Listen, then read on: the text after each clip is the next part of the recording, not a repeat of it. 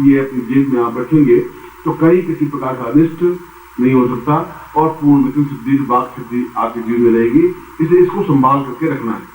तो कई बार चूहे काट लेते हैं, चोरी हो जाती है, घूम जाते हैं, उड़ जाते हैं, समाप्त हो जाते हैं। इसलिए इसको अगर रखें भी लाल कपड़े में बांध करके रखें या कहीं जाए तो अपनी जेब में डाल के ले जा सकते हैं, जिससे कि आपके जीवन में जहां भी जाए आपको पूर्ण सफलता मिले और श्राप देने की, वरदान देने की पूर्ण क्षमता प्राप्त हो और सारे तंत्र मंत्र अपने आप में पूर्ण तंत्रेश्वराय बन सके। ऐसा ही इससे ये गुटिकाएं पूजा स्थान में रहेंगी या लाल कपड़े में बांध के कहीं रख सकते हैं, फेंकना नहीं है। मगर ये लकड़ी का टुकड़ा या तो लाल कपड़े में बांध के रख दें या अपनी जेब में रखें, जब चाहे जब जेब में रखें, जब चाहे पूजा स्थान रखें। मैं आपको आशीर्वाद दे रहा हूँ, हाथ खोलिए। ओम मंत्रेश्वराम सा दीर्घा मंत्र तीर्था तो मनुष्यम तम दीर्घा मुका सा पूर्णा सुंदर शुतनाम नासो सुमित्राणाम जिस्वा ऋग्वेद यजुर्वेद सामवेद यजुर्नाम ब्रह्मवाक्यस्थान्त्यं नन्तीं तस्वाम अस्थान तस्थितोन्त्यं गृह्णन्ति ये नरा चत्वारोदति लक्ष्मी आयुर्बुद्धिं शुभ्रं श्रीवर्तस्वाश्वारोग्यं मानसमनुमहिते दानिन्द्रं पशुपतलाभं सत्संवत्सरं दीर्घमायुः श्रीस्थिते लक्ष्मी स्मृत्यां बहुरात्रे पार्श्वे नक्षत्राणि रूपदोर्गातम् इष्टनिखाणां निखाणां सर्वलोकं महिखाणां। मैं आपको आशीर्वाद देता हूँ कि आज क्या दीक्षा और ये प्रयोग अद्वितीय है और ये मंत्र और ये साधना विधि आप बिना मेरे कहे किसी को नहीं दें, इस बात का ध्यान रखें। कैसेट रिकॉर्डिंग कौन कर रही है? तो वो कैसेट जो है जितनी बनी है ऑडियो कैसेट मुझे अभी लाख में है ना, अभी कल से नहीं, अभी आप सुनेंगे। अब दो बातें आपको कि इस समय 10:15 बजे हैं आपके।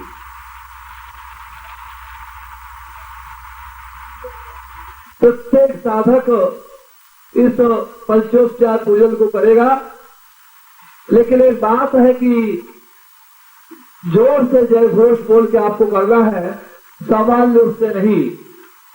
कल आपने वहाँ भी आ गए थे घर में, वो भी कार्यक्रम संपन्न करना था और फिर हमारा मूल उद्देश्य जिस उद्देश्य के लिए हम यहाँ आए हैं वह उद्देश्य भी हमारा सफल होना चाहिए। और राहु अगर चंद्रमा को डस लेगा, सूर्य को डस लेगा तो फिर सूर्य की तेजस्वी का बेकार है, तो राहु तो उसके स्थिर ही नहीं है। इसलिए ये जो भ्रम है, ये भ्रम गोरखनाथ के बाद में चला कि जितना भी बाह्य आडंबर चला, जितना भी झूठ छल मक्कार धोखेबाजी विश्वासघात परस्त्री गमन, ये शराब, ये सिगरेट और ये जुल्फा, सब उसके बाद में भ्रष्ट साधुओं ने इस तरीके को अपनाया। पर ग्रहण अपने आप में एक अत्यंत अद्वितीय मुहूर्त माना गया है और मैंने अपने खुद के जीवन में, क्योंकि मैं साफ कहता हूं कि पंडित कहते पोषण की देखी, मैं कहता आंखन की देखी। पंडित पोष का मुझे लिखा होता है और मैं वो साधना करवाता हूं या कहता हूं जो अपने जीवन में अनुभव किया है। और कई साधनाएं, दुर्गम साधनाएं, कठिन साधनाएं मैंने ग्रहण काल में प्रारंभ की है, क्योंकि साल में 1 या 2 ग्रहण मुश्किल से आते हैं। पहले तो 3 या 4 साल में एक बार ग्रहण आता था।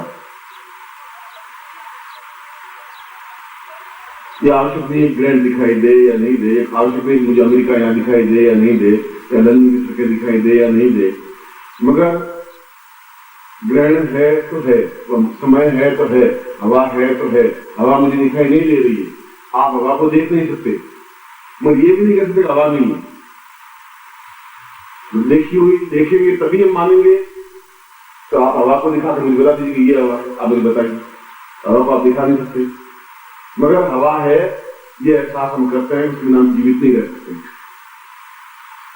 इसलिए ग्रहण साधकों के लिए तो वरदान है, योगियों के लिए वरदान है, जो जीवन में उन्नति करना चाहते हैं वो वरदान है, जो संग्राम में विजय प्राप्त करना चाहते हैं वह वरदान है, और जो इस जीवन में प्रत्येक दृष्टि से पूर्ण सफलता चाहते हैं उसके लिए ग्रहण वरदान। और ये सब ग्रहण काल चल रहा है और आज वो ग्रहण का प्रयोग भी करवाऊंगा यदि आप होंगे, मैं होऊंगा या मन में आया तो। मैंने आपको बताया कि पहली बार मैं कुछ प्लान करके नहीं चलता हूं, जीवन को भी प्लान करके नहीं चला कि पंचवर्षीय प्लान करूं, ऐसा कुछ नहीं करता हूं। जो कह दिया, जो जीवन में आया, जो चिंतन आया, जो विचारधारा आई, जो शिष्यों के लिए जरूरी हुआ, अगर शिष्यों का चेहरा देखा कि हर्षित है, प्रफुल्लित है, उचित है, आह्लादित है, तो मैं प्रयोग संपन्न करवा देता हूँ। नहीं करवा देता हूँ तो ये बात करके रवाना हो जाता हूँ। इसलिए मैं इस बात की चिंता नहीं करता कि मैं आपके मूड के अनुसार चलूं। मैं देखता हूँ कि इनके मन में एक ग्रहण करने की शक्ति क्षमता है कि नहीं। मैं देखता हूँ कि इनके अटैचमेंट प्रेम मेरे प्रति है कि नहीं। ये देखता हूँ कि क्या ये इस साधना को, इस विद्या को स्वीकार करने के इस समय योग्य है कि नहीं। ये मेरी ड्यूटी है कि मैं इनको योग्य बना दूं। इसलिए ये आप मत सोचिए कि मैं इसको कर पाऊंगा कि नहीं कर पाऊंगा, इस बात की मैं चिंता नहीं करता। यह मुझमें मेरी ड्यूटी है कि मैं आपको चीज दे दूं। और जब बीज बो दूंगा तो बीज कभी कभी पेड़ उगेगा ही उगेगा। आज उग जाए तो जरूर नहीं, मगर बीज बेकार नहीं जा सकता। किसान गेहूं बोता है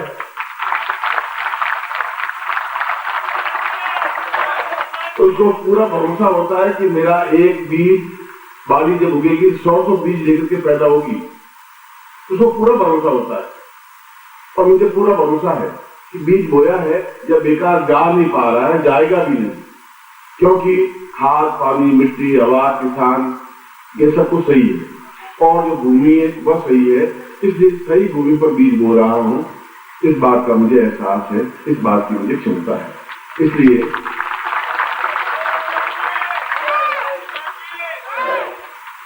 इसलिए मैं आज 1 या 2 प्रयोग संपन्न करवाऊंगा, फिर 4-5 बजे होली का महोत्सव मनाएंगे। फूलों की होली या गुलाल की होली या जो कुछ जिस प्रकार से होली मनाएंगे।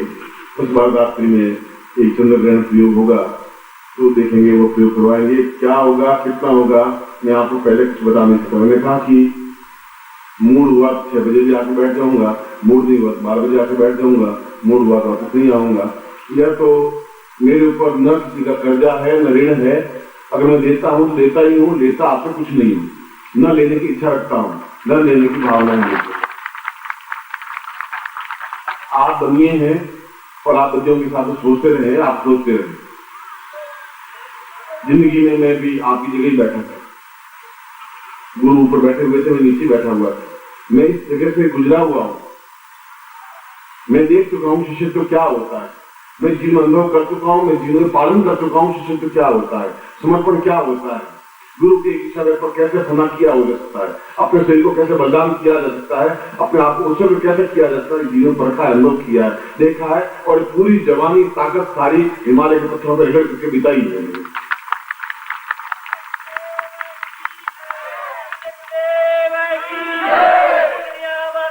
मैं गद्दों और पलंगों पर सोया नहीं, आज भी नहीं सोता हूँ। आज पलंग है, पंडित चटाई बिछा के सोता हूँ, यहाँ पर भी और दिल्ली में। आप जाकर पूछ सकते, क्यों मैं तो बहुत आराम से सोता हूँ। मुझे पलंग और गद्दे न कभी सोया, न कभी आवश्यकता। मैं इस बात चिंता करता हूँ कि 1 सब्जी बनी, 4 सब्जी बनी, कई बार 6 सब्जी बना देते, मैं 1 सब्जी से खाना खा लेता हूँ। 5 स्टार होटल में भी ठहर जाता हूँ, 3 स्टार होटल में भी ठहर जाता हूँ, धर्मशाला में भी ठहर जाता हूँ। इतना जरूर, इतना घमंड, इतना गुमान मैं रखता ही नहीं, क्योंकि मैं जानता हूं कि मैं क्या हूं। इस बात का मुझे गर्व है और मेरे शिष्यों को गर्व है। इतना ही संतोष मुझे है। बोले प्रभु गुरुदेव की, प्रभु गुरुदेव की, प्रभु गुरुदेव की, वंदनिया माता जी की, प्रभु गुरुदेव की, सिद्धार्थ साधक परिवार की। कोटि के योगी हो चुके, नाथ संप्रदाय की अद्वितीय योगी हो चुके हैं। ये नाथ संप्रदाय चला आगे का, और मैंने बहुत दीक्षा ली थी और नाथ संप्रदाय में भी गया, अवगढ़ संप्रदाय में भी गया, शैव संप्रदाय में भी सीखा, और संसार में 8 महीने रह करके भी वो देखा कि अवगढ़ साधना क्या होती है, वह भी सीखी। ऐसा कोई संप्रदाय, चाहे वो शाक्त संप्रदाय हो, शैव संप्रदाय हो, वैष्णव संप्रदाय हो, उनमें कहीं पर भी मैंने सीखने में कसर नहीं रखी, कठिन तकलीफ देखी। मैं 8 महीने बिल्कुल भूखे रह करके भी साधना की। गंगा में 24 दिन बिल्कुल गंगा में कमर तक खड़े रह करके भी बिना बाहर निकले और साधनाएं संपन्न की। दोनों तरफ लकड़ियां बांध दी गई, मुझे बांध दिया गया गिरे नींद में, और वह साधनाएं भी संपन्न की। इसलिए ये गोरखनाथ, उसके बाद में धीरे धीरे मुगल काल आ गया, फिर अंग्रेज काल आ गया और हमारा सारा ज्ञान अपने आप में चौपट हो गया और हमारे मन को विभ्रम कर दिया। सबसे बड़ी गड़बड़ ये की आपके मन में संदेह पैदा कर दिया अंग्रेजों ने। और आज भी वो मीडिया इतना शक्तिशाली है कि आपके मन में संदेह मिट नहीं पा रहा है, ये होगा या नहीं होगा, ये सही है गलत है। ये ऐसा कंफ्यूज पैदा कर दिया आपके माइंड में कि पूरा देश इसकी चपेट में बर्बाद हो रहा है। न आप भौतिक दृष्टि से पूर्ण आनंद प्राप्त कर रहे हैं, क्योंकि आपने सही अर्थ में देखा जाए तो भौतिक सुख भी आपने देखा नहीं। भौतिक सुख क्या होता है ये भी आपने नहीं देखा। आपने 5 स्टार होटल तो देखे, 6 star hotel, 7 star hotel, 8 star hotel, 9 star hotel नहीं देखे। और मैं रहा हूं उन होटलों में भी रहा हूं, महीने महीने भटक रहा हूं।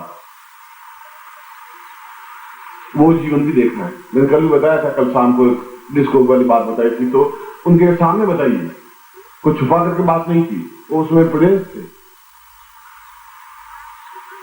मगर कभी भी अपने धर्म को कमजोर नहीं होने दिया।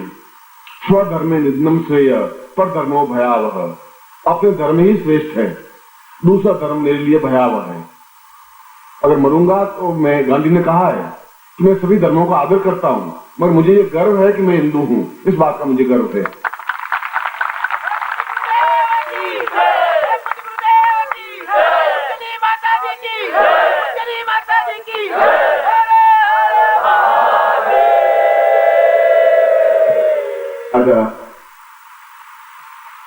बार बार पैदा नहीं होते। क्षत्रिय था और गोरखनाथ भी मूल रूप से क्षत्रिय थे और उन्होंने राजा होते हुए भी साधना में जीवन व्यतीत किया। राजमहल में भी कुटिया बनाई, खुद अपने हाथ से आंगन लीपता, खुद उसमें सोता और साधनाएं संपन्न की विक्रमादित्य ने। इसलिए पूरे आर्यावर्त में उसका एक छत्र शासन रहा और विक्रमादित्य के समय में कोई युद्ध नहीं हुआ। विक्रमादित्य के समय में किसी प्रकार का द्वेष नहीं पैदा हुआ, क्योंकि सारे देश को उसने आबद्ध किया युद्ध के माध्यम से नहीं, साधना के माध्यम से। बाकी कोई राजा ऐसा नहीं हुआ जिसने युद्ध नहीं किया और खून नहीं बहाया हो। एक विक्रमादित्य ऐसा व्यक्तित्व हुआ जिसने खून नहीं बहाया, एक व्यक्ति को मारा नहीं, क्योंकि उस समय तो युद्ध होते ही रहते थे, एक राज्य दूसरे राज्य पर हमला करते ही रहते थे। मगर किसी राज्य में हिम्मत नहीं हुई उसके ऊपर किसी प्रकार का हमला करे और उसने जीवन एक शानदार जीवन किया, युद्ध में विजयी हुआ, जीवन में विजयी हुआ।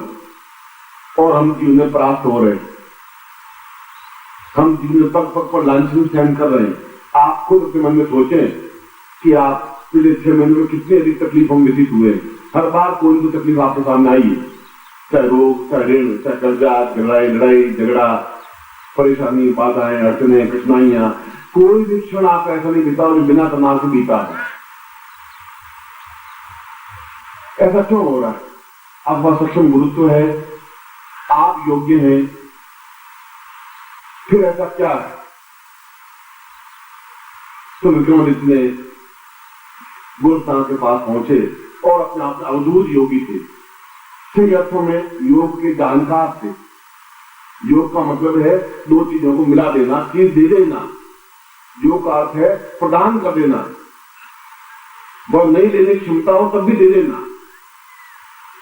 दे देने का दूसरी बात हुई, 2 बातें अलग हुई। एक तो अंदर उतार देना, एक चीज आपको सौंप देना। एक चीज तो ये है कि मेरा शरीर स्वस्थ रहे, ये मेरे पास है, मैंने साधना की। एक ये कि पत्नी मुझे सौंप दी, और पत्नी का अलग इकाई है मगर मेरी ही है वो। यह योग है, दोनों का मिलने से योग बना। और पति पत्नी उसे अलग नहीं मानता, अर्धांगिनी कहलाती है। आधांग मेरा है, आधांग वो है, दोनों मिलकर के फिर एक अंग बनता है। तो विक्रमादित्य ने गोरखनाथ के आश्रम में गया और उसने कहा कि मैं आपका शिष्य बनना चाहता हूं। विक्रमादित्य ने कहा कि गोरखनाथ ने कहा तुम शिष्य बनने के काबिल हो ही नहीं, तुम बनना चाहते हो ये प्रश्न लेकर के आए हो। जिस दिन मैं तुम्हें देख लूंगा, तुम्हें आंखों में देख रहा हूँ शिष्य हो, अपने आप को मैं शिष्यता दे दूंगा। मैं तुम्हारा राज्य में रह रहा हूँ, तुम्हारा कोई अन्न नहीं खा रहा हूँ, खुद अन्न पैदा कर रहा हूँ, खा रहा हूँ, तो ये तुम्हारी मुझे गर्ज नहीं है। मैं तुम्हारी परवाह नहीं करता, मुझे रात दरबार नहीं चाहिए, मैं तुम्हारा चाक नहीं कर पा रहा।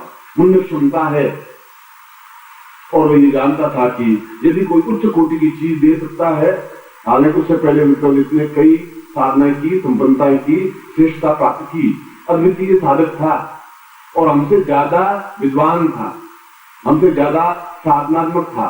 जीवन के 23 घंटे उसके साधना में व्यतीत होते थे, 1 घंटा नींद लेता था। मगर उसको मालूम था कि एक विद्या एक ऐसी है जो केवल गोरखनाथ के पास में है, और गोरखनाथ को उत्सर्ग करके शंकराचार्य ने सीखी थी। उत्सर्ग का मतलब अपने सामने उपस्थित करके, जैसे मैं अपने सामने अपने गुरुदेव को उपस्थित कर सकता हूँ, उनसे मंत्र प्राप्त कर सकता हूँ, उनको सामने उपस्थित कर सकता हूँ, उनको साधना सीख सकता हूँ। वह विद्या उनके पास, शंकराचार्य के पास